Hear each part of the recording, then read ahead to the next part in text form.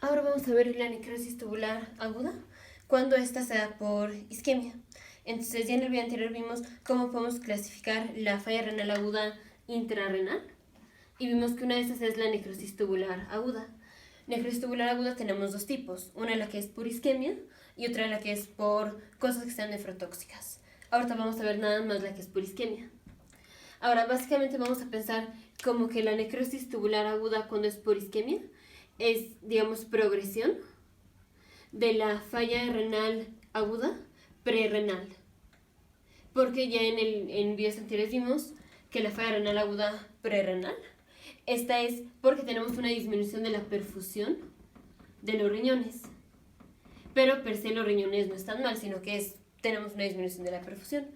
Y dijimos, en la falla renal aguda prerrenal, aquí, el funcionamiento renal todavía está normal.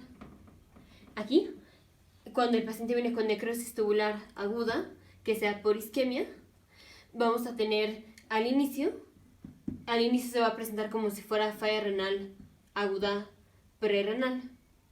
Porque al inicio, como vamos a tener una disminución de la perfusión, pero todavía no vamos a tener disminución del funcionamiento renal, todavía no, se va a presentar como si fuera una falla renal aguda prerrenal.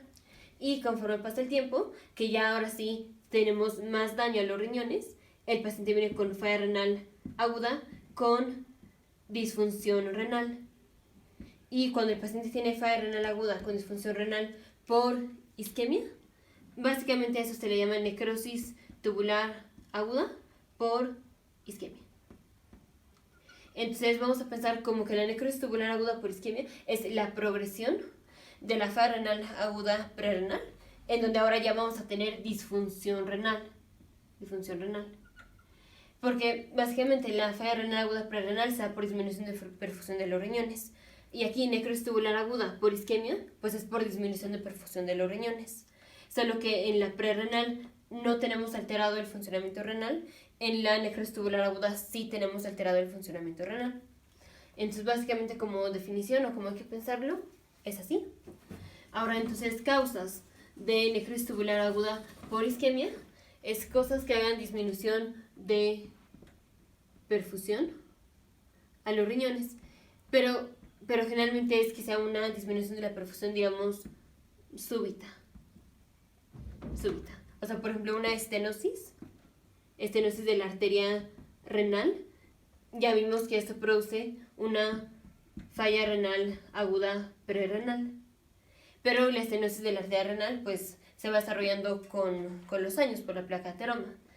La necrosis tubular aguda, que es por isquemia, se da más cuando viene la disminución de súbito de la perfusión de los riñones, una disminución de súbito.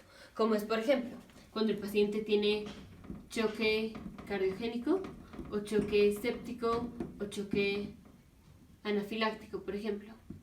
O puede ser igual en pacientes que tienen falla cardíaca. Básicamente esas son causas de necrosis tubular aguda por isquemia. Ahora, ¿cómo se va a presentar el paciente? Al inicio se va a presentar como si fuera una falla renal aguda prerrenal. Entonces, al inicio, en estudios de laboratorio, vamos a tener la fracción de excreción del sodio, va a ser menor a 1%. La cantidad de sodio en la orina va a ser menor a 20.000 equivalentes por litro. La osmolaridad de la orina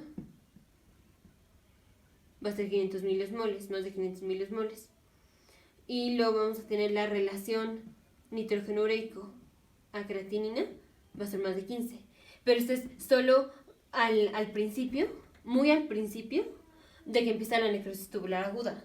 Porque aquí es una disminución de la perfusión y entonces empieza el daño renal y todavía no empezamos a tener funcionamiento renal. Entonces las pruebas de función renal están normales, pero como es un cambio brusco, como es un cambio súbito de la disminución de la perfusión, muy rápidamente el paciente ya va a tener disfuncionamiento renal.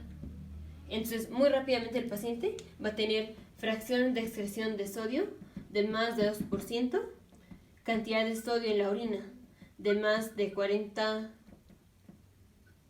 miliequivalentes por litro, osmolaridad menor a 500, muchas veces menor a 350 milosmoles, y la relación nitrógeno ureico-creatinina va a ser menor a 15. Esto es porque si ya tenemos bastante daño renal, en donde ahora ya tenemos disfunción renal, ya no vamos a reabsorber el nitrógeno ureico, ya no se reabsorbe la urea.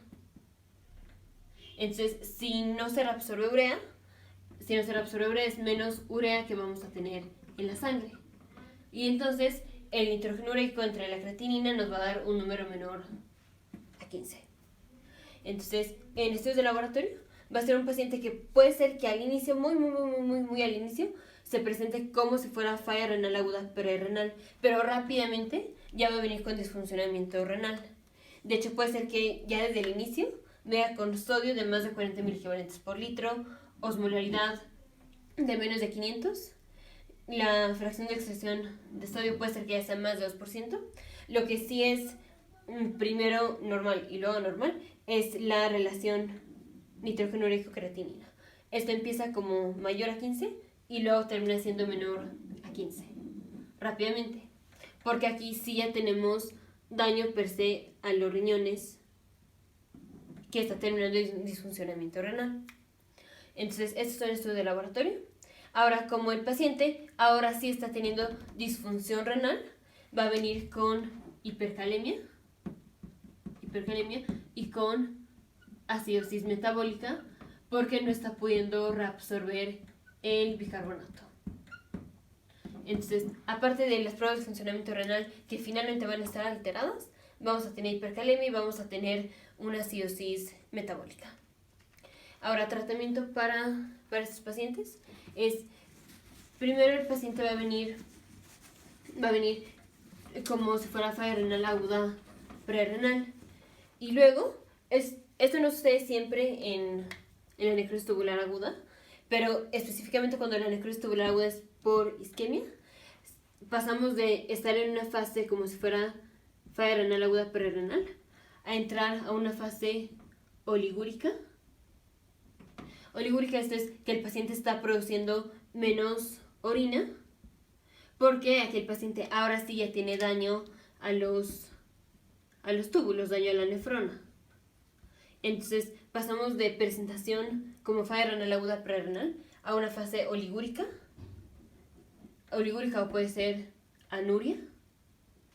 Y luego, ya una vez que se reparan o que se regeneran los túbulos, ahora sí el paciente va a venir con poliuria. Entonces pasamos de fase similar a la prerrenal, luego fase oligúrica y luego fase en donde hay poliuria. Esto es ya que se regeneraron los túbulos o digamos la nefrona.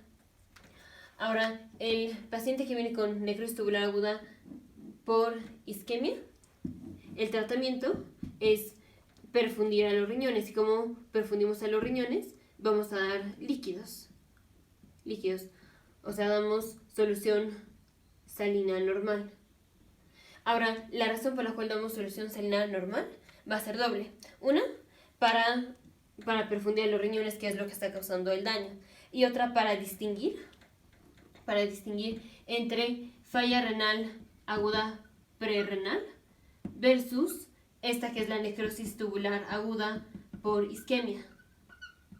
Porque la falla renal aguda prerrenal, esta sí va a mejorar cuando al paciente le damos los líquidos. Pero el paciente que viene con necrosis tubular aguda isquémica, este no mejora. Entonces, a pesar de que le estamos dando los líquidos, vamos a ver que la creatinina sigue aumentando. Esto quiere decir que seguimos teniendo daño renal. Ahora, a pesar de que esto no funciona o de que esto no va corrigiendo el aumento de creatinina o el daño que tenemos, de todos modos lo que hay que hacer es darle líquidos al paciente y corregir el por qué el paciente está teniendo una disminución de la perfusión. Ahora, a estos pacientes también les vamos a dar diuréticos pero los diuréticos solo se van a dar en el caso en que el paciente venga con edema pulmonar. Edema pulmonar. Porque, aunque obviamente si es un paciente que tiene necrosis tubular aguda y viene, por ejemplo, en la fase oligúrica y le damos diuréticos, obviamente entonces va a orinar más. Vamos a aumentar la orina. Pero eso no quiere decir, o sea, que tengamos más orina o el que el paciente esté produciendo más orina, eso no quiere decir que ya estemos corrigiendo el daño renal. Entonces, el dar diuréticos, aunque hace que el paciente produzca más orina, esto no quiere decir que el paciente ya se le está corrigiendo el daño renal. Entonces, los diuréticos solo los vamos a dar cuando es necesario que al paciente le hagamos una disminución del volumen que tiene. Y esto es cuando el paciente tiene edema pulmonar. Entonces, solo vamos a dar diuréticos si es que el paciente viene con edema pulmonar. Si no viene con edema pulmonar, aunque esté en la fase oligúrica, no sirve de nada darle los diuréticos, aunque esto haga que produzca más orina. Hay una frase que dice que no hay que convertir una necrosis tubular aguda en fase oligúrica a una necrosis tubular aguda no oligúrica. O sea, lo único que estamos diciendo es sí vamos a cambiar la cantidad de orina que produce el paciente, pero no estamos cambiando el si tiene necrosis tubular aguda o no. Entonces, diuréticos solamente si el paciente viene con edema pulmonar. Y la diálisis la vamos a hacer, casi todos los pacientes se requieren diálisis por el hecho de los trastornos de los electrolitos. Entonces, vamos a hacer diálisis si el paciente viene con síntomas de uremia. Esto lo vimos en otros videos. Pero síntomas de uremia o que el paciente tenga trastornos en los electrolitos que no se pueden corregir de otra forma que no sea la diálisis. Ahí es cuando vamos a hacer la diálisis. Y generalmente los pacientes que tienen necrosis tubular aguda por isquemia, casi todos requieren diálisis. Pero no es diálisis permanente, es diálisis. Y finalmente se regeneran los túbulos o digamos las nefronas. Y entonces en este momento ya dejamos de hacer la diálisis. Ahora el paciente se puede tardar como 2 a 3 semanas en que se recuperen los túbulos. Entonces puede ser que el paciente ya digamos no tiene la necrosis tubular aguda, o sea, ya tratamos la causa primaria y ya el paciente sabe de eso, pero puede ser que todavía no se hayan regenerado los túbulos. Entonces, aunque el paciente ya le curamos o ya tratamos la causa primaria, puede ser que se tarde todavía 2 a 3 semanas en recuperar los túbulos o en recuperar las nefronas. Entonces, a pesar de que ya hayamos tratado la causa primaria, puede ser que el paciente siga 2 a 3 semanas en la fase oligúrica hasta que se recuperen los túbulos. Y ya cuando se regeneran los túbulos es cuando quitamos o cuando dejamos de hacer la diálisis y el paciente se recupera. Entonces, necrosis tubular aguda, cuando es por isquemia, la parte más afectada